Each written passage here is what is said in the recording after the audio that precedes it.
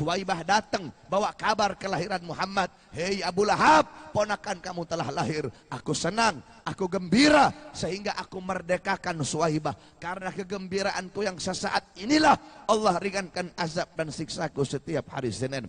Al-Imam Syamsuddin Ibn Nasiruddin Ad-Dimashqi radhiyallahu an, kata beliau apa? Itu Abu Lahab yang jelas-jelas celaka dalam Quran. Itu Abu Lahab yang jelas-jelas mati dalam keadaan kafir. Tapi karena bergembira dengan lahirnya Muhammad, Allah ringankan azab siksanya setiap hari Senin. Maka bagaimana dengan kita, umatnya Nabi, yang cinta kepada Nabi, yang beriman kepada Nabi, kalau kita bergembira seumur hidupnya kita dengan lahirnya baginda Nabi besar Muhammad. Saudara-saudara, seluruh alam jagat raya bergembira, illa iblis, kecuali iblis. Di hari lahirnya Nabi, iblis teriak, iblis menjerit sekenceng-kencengnya.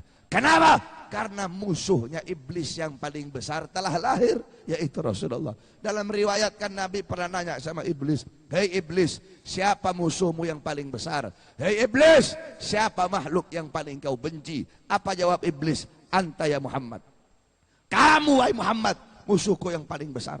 Kamu wahai Muhammad, makhluk yang paling aku benci. Setelah aku siapa? Setelah engkau, keluargamu, anak cucumu adalah makhluk yang paling aku benci setelah kamu. Saudara-saudara, para habaib adalah dzurriyyah Nabi Muhammad SAW. Saya tanya, jawab sama-sama. Berarti kalau ada yang benci para habaib, siapa itu orang? Jawab yang keras, siapa itu orang? Kalau ada yang benci habaib, siapa itu orang? Al-Habib Rizik bin Husain bin Syihab, beliau adalah salah satu daripada anak cucu Rasulullah yang memperjuangkan agama datuk-datuknya, berdakwah pagi, siang, sore, malam demi menegakkan agama datuk-datuknya. Berarti kalau ada yang benci beliau, siapa itu orang? Kalau ada yang memerangi beliau, siapa itu orang? Kalau ada yang ingin penjarakan beliau, siapa itu orang? Kalau ada yang mengkriminalisasi beliau, siapa itu orang? Kalau ada yang melemahkan perjuangan beliau, siapa itu orang? Kalau ada yang ingin menggembosi dakwah beliau, siapa itu orang? Kalau ada yang mencaci maki beliau, siapa itu orang? Iblis, saudara-saudara. Sampai-sampai galar Rasul, ayyuhan nas, man abghadana ahlul bait, hasyarahullah yaumal qiyamah yahudiyan. Hei sekalian manusia, barang siapa yang membenci kami ahlul bait, kelak di akhirat akan Allah kumpulkan dia menjadi orang-orang Yahudi. Kila insama wa shalla. Ada satu sahabat bertanya, ya Rasulullah, walaupun dia puasa, walaupun dia sholat, qala insama wa shalla. Walaupun dia sholat, walaupun dia puasa, tapi kalau dia mati dalam keadaan membenci anak cucuku, di akhirat Allah kumpulkan dia bersama orang-orang Yahudi. Hum itrati khuliku min tinati fawailul lil mukadzibina bifadlihim. Man ahabbahum ahabbahullah, man abghadahum abghadahullah. Apa kata Nabi? Mereka keluargaku, mereka anak cucuku. Khuliku, hum tadi diciptakan dari tanahku. Khuliku min tinati fawailul lil mukadzibina bifadlihim. Maka celakalah bagi orang-orang yang membenci, orang-orang yang tidak, yang orang-orang yang mendustakan keutamaan mereka. Man ahabbahum, man siapa orang, ahabbahum yang mencintai mereka, itrohku tadi, ahabbahullah, maka Allah akan mencintai itu man tadi. Man abghadahum, barang siapa yang membenci hum itroti tadi, abghadahullah, maka Allah akan membenci si man tadi. Oleh karena itu saudara-saudara, mudah-mudahan dengan duduknya kita di sini berkumpul bersama para habaib, adalah Habib Umar bin Abdul Aziz, Al-Habib Mahdi, mudah-mudahan Allah jadikan kita hamba-hamba yang dicintai oleh Allah Subhanahu wa taala. Iblis tidak senang dengan maulid Nabi Muhammad. Berarti kalau ada yang tidak senang dengan maulidnya Nabi, siapa itu orang? Siapa itu orang? Kalau ada yang ingin membubarkan acara maulidnya Nabi, siapa itu orang? Siapa itu orang? Kalau ada yang cegat-cegat, mencegat, menghalangi orang-orang yang mau hadir majelis maulid, siapa itu orang? Siapa itu orang? Kemarin acara 212 Maulid Akbar, sekaligus yang diadakan oleh Maulid Forum Pembela Islam, sekaligus reuni 212. Perwakilan umat Islam dari Sabang sampai Merauke, jutaan jutaan umat Islam semuanya berkumpul di Monas, saudara-saudara. Berapa banyak bis-bis yang dicegat oleh polisi, di depan tol dicegat oleh polisi. Padahal mereka mau hadir acara maulid, mereka mau hadir untuk salawat kepada Nabi, mereka mau hadir untuk doa untuk bangsa, doa untuk negara, tetapi dicegat oleh polisi-polisi. Saya tanya, kalau ada polisi yang cegat orang-orang mau hadir maulid, polisinya polisi apa? Kenapa kalau polisi iblisnya kecil banget? Jangan takut-takut kau. Kalau polisi cegat orang hadir maulid, polisinya polisi apa?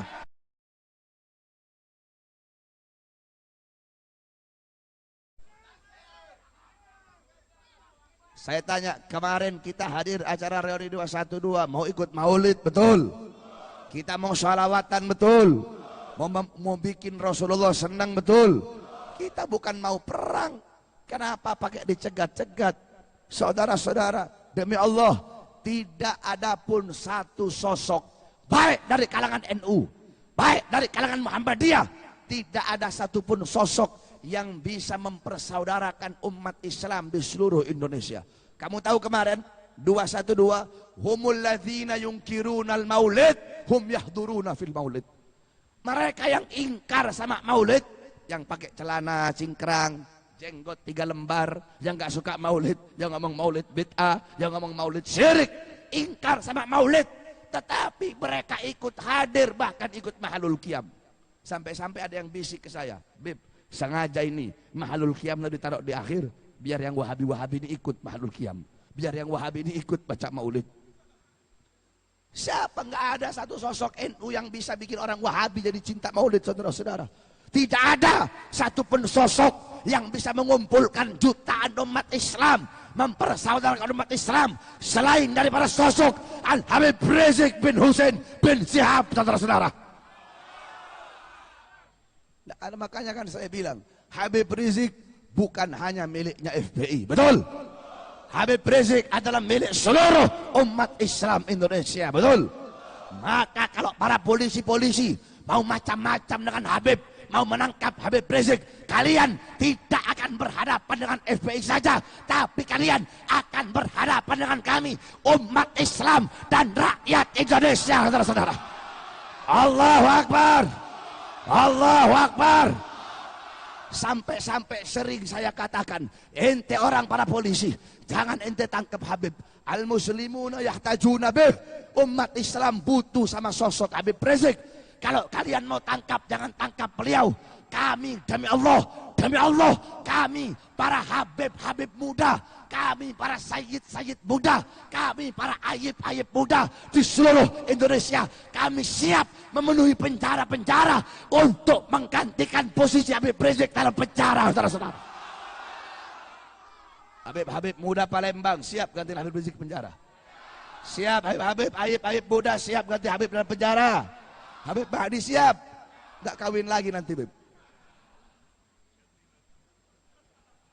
Udah gitu banyak ustadz, banyak kiai ngomong Habib Rizik ngapain? Pergi penakut Habib Rizik itu. Kiai goblok. Kami ini habaib nggak ada rasa takut dalam diri kami, nggak ada. Iftah, ente buka, ente punya kitab, ente buka kitab ente lihat apa maknanya hijrah. Saudara-saudara, gal al-Imam As-Suyuti, al-hijrah intiqal an syai' ila syai'. Hijrah itu pindah dari satu tempat ke tempat yang lain, pindah dari sesuatu kepada sesuatu. Al-Imam Qurtubi gal al-hijrah intiqal min maudhi' ila maudhi' wa qasdu tarkil awal itharon lithani.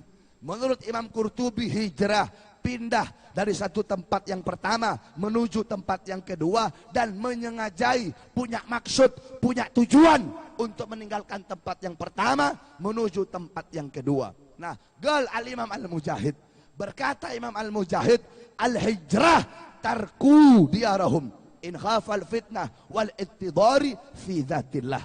Orang-orang yang berhijrah adalah orang-orang yang meninggalkan kampung halaman mereka, meninggalkan rumah mereka, pindah ke satu tempat untuk menghindari fitnah dan kezaliman yang menimpa mereka. Jangankan Habib Rizik minal mutaakhirin, saudara-saudara, ajdaduna minal mutaqaddimin, enjit-enjitnya kita, Al-Imam Muhajir ilallah Ahmad bin Isa Ar-Rumi.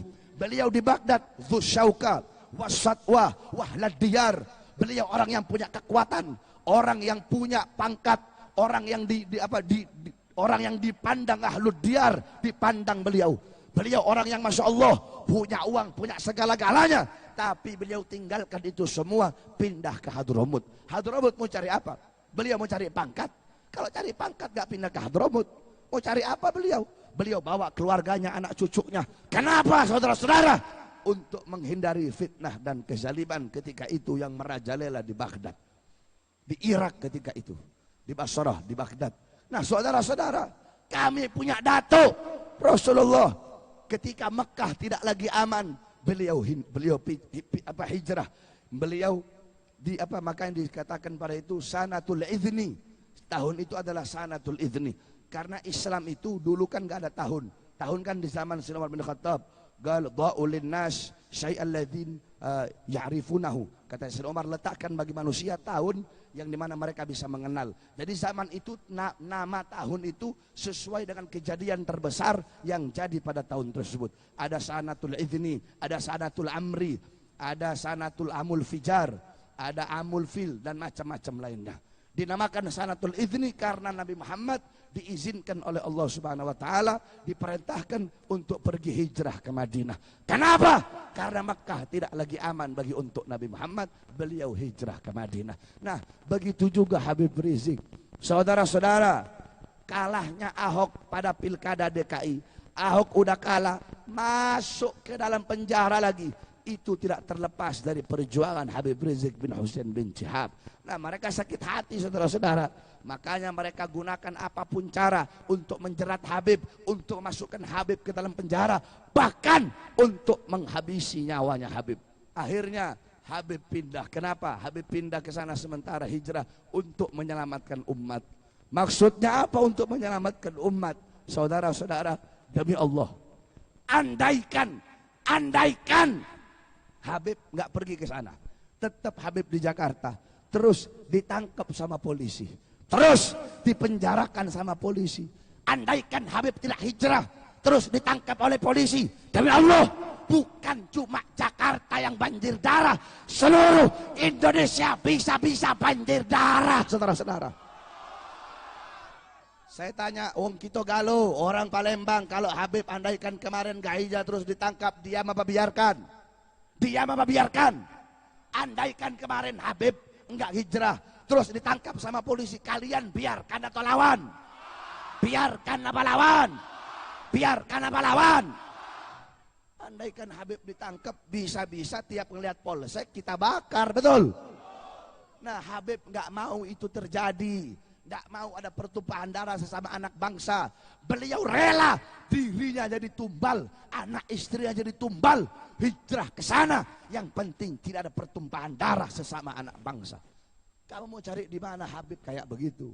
Makanya saya heran kalau ada satu Habib atau kiai atau habaib yang lain ngomong hadal Habib, hadal Habib, hadal Habib, hadal Sayyid yukhalif an adatil jaddi. Ini Habib ini melanggar, ini Habib ini melanggar, berlainan dari jalan datuk-datuknya. Ayyuhal habaib, hei para habaib, kita orang Habib sekarang, Habib zaman now istilahnya itu. Habib zaman now, kita nyemprot pejabat, nampar pejabat cuma pakai mulut, saudara-saudara. Habib zaman dulu lebih keras ribuan kali lipat dari kita, saudara-saudara. Satu contoh, Al-Habib Abdurrahman Al-Masyhur yang ngarang kitab Bughyatul Mustarsyidin, itu kitabnya dipakai seluruh ulama Ahlus Sunnah wal Jamaah di seluruh dunia.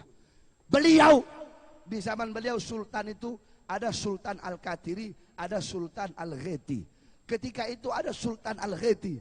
Ini Sultan Al-Gheti ngambil pajak dari rakyat, saudara-saudara. Kedengeran sama Habib Abdurrahman, ketemu di jalan, Habib Abdurrahman gak banyak ngomong, langsung ditampar sama Habib Abdurrahman. Kamu jangan nambah-nambahi dan jangan ngurang-ngurangi. Saya dapat ini cerita dari saya punya guru, Al-Ustadz Habib Muhammad bin Idrus Al-Haddad. Ditampar, saudara-saudara. Kita Habib sekarang cuma ngomong aja. Bagaimana kira-kira kalau saya ketemu Jokowi terus saya tampar gitu. Besok langsung masuk bui saya, saudara-saudara. Makanya nggak ada torigonya Habib Rizik, torigoh Ba'alawi, Dhahiruha Ghazaliyah, batinuha Syadiliyah, mazhabnya Syafi'i, akidahnya Asy'ari. Sohibul Hol Pekalongan. Ketika satu waktu ada orang Belanda, Londo, perempuan Belanda nggak pakai jilbab, lewat depan beliau, dilempar pakai batu, saudara-saudara, pakai apa namanya kalau buat rumah itu? Apa? Bata. Diambil bata, dilempar, setan pakai jilbab kamu. Kamu mau bilang Sohibul Hol bukan salaf? Hah? Kamu mau bilang Habib Abdurrahman Sohibul Bughiyah beliau bukan salaf? Saudara-saudara, khiyarul umara alladzina ya'tunal ulama. Sebaik-baiknya pejabat, sebaik-baiknya pemerintah adalah pemerintah yang datang kepada ulama. Tapi datangnya itu buat ngaji, datangnya buat zikiran, datangnya untuk minta penasehat, datangnya untuk minta petunjuk. Kalau datangnya cuma buat pencalonan, sama aja saudara-saudara. Itu bukan sebaik-baiknya pejabat itu. Datang untuk minta dukungan, datang untuk jabatan. Bukan, itu bukan sebaik-baiknya ulama, apa bukan sebaik-baiknya umara. Sebaliknya, syirarul ulama alladzina ya'tunal umara. Ulama yang paling buruk, ulama yang paling bejat, ulama yang paling biadab adalah ulama yang datang kepada pejabat. Tetapi kalau datangnya untuk menasehati pejabat tersebut, datangnya untuk memberikan petunjuk kepada sahabat tersebut, ini bukan termasuk syirarul ulama. Tapi kalau datangnya untuk tujuan perut, datangnya untuk cari muka, datangnya untuk pangkat, untuk jabatan, datangnya untuk urusan-urusan yang bisa menguntungkan dia dan bahkan merugikan umat Islam, itulah syirarul ulama, saudara-saudara. Kecuali kalau datangnya untuk beri nasihat kepada pejabat, datangnya untuk beri petunjuk kepada para ujabat. Oleh karena itu sering saya sampaikan, kita orang yang para habaib, harusnya kita yang lebih mengorbankan nyawa untuk Habib Rizik daripada yang ahwal. Daripada yang ajam, kita yang para habaib yang harus lebih mengorbankan darah, harus lebih rela mati untuk beliau, bukan malah menjatuhkan beliau, saudara-saudara. Semua Habib yang tegas, Habib yang keras, Habib yang lembut, dua-duanya mencerminkan kepribadian datuknya baginda Nabi besar Muhammad SAW. Kamu pikir Nabi lembut-lembut aja terus? Jadi yang lembut jangan hilangkan ketegasan Nabi Muhammad. Yang tegas juga tidak boleh menghilangkan kelembutan Nabi Muhammad SAW. Nah, saudara-saudara, kalau memang ada satu ustadz kiai Habib ceramah depan pejabat, terus dia harusnya tawassut, berada di tengah. Kalau mau mentegur ulama-ulama yang tegas, harusnya tawassut, tegur juga hadapan-hadapan zolim, pejabat-pejabat zolim yang ada di hadapan kamu. Kalau mau tengah, nggak apa-apa dia memberi nasihat kepada ulama yang tegas, nggak boleh ngomong kasar, nggak boleh, tapi tegur juga itu ulama, itu pemerintah zolim yang selalu merugikan umat Islam. Jadi jangan malah nembakin habaib-habaib, nembakin ustadz, nembakin kiai yang tegas di hadapan mereka, para pejabat yang justru memusuhi para ulama-ulama yang tegas tersebut. Tetapi ala kulli hal, dua-duanya mencerminkan kepribadian datuknya. Yang lembut, Nabi Muhammad lembut. Yang tegas, Nabi Muhammad juga tegas. Oleh karena itu, kita yang jadi makmum ke Habib Rizik, tidak boleh kita mencela atau mencaci maki beliau-beliau para habaib yang lembut. Sebaliknya, yang ikut mutabi'nya Habib-Habib yang lembut, tidak boleh menghina kita atau menghina Habib Rizik yang dengan tegas, dengan hisbah amar ma'ruf dan nahi mungkarnya, saudara-saudara.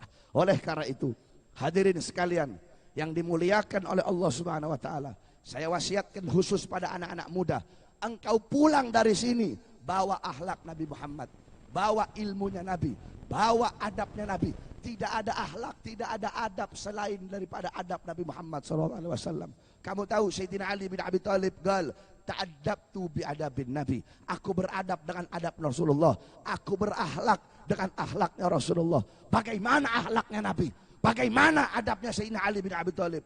Beliau dipukul oleh Ibn Muljam pakai pisau khanzar. Saudara-saudara, kalau kita dipukul pakai pedang, mungkin kita balas pukul itu orang pakai pedang. Sayyidina Ali dipukul pakai pedang, pakai pisau khanzar. Apa jawab beliau? Itu Ibn Muljam kasih minum dia, karena dia dalam keadaan kehausan. Kasih Ibn Muljam makan sebagaimana makanan yang kalian berikan kepadaku. Kasih dia perlindungan sebagaimana perlindungan yang kalian berikan kepadaku. Lihat saudara-saudara, akhlaknya Sayyidina Ali itu. Nah, akhlak Sayyidina Ali akhlaknya siapa? Ta'addabtu bi'adabin Nabi.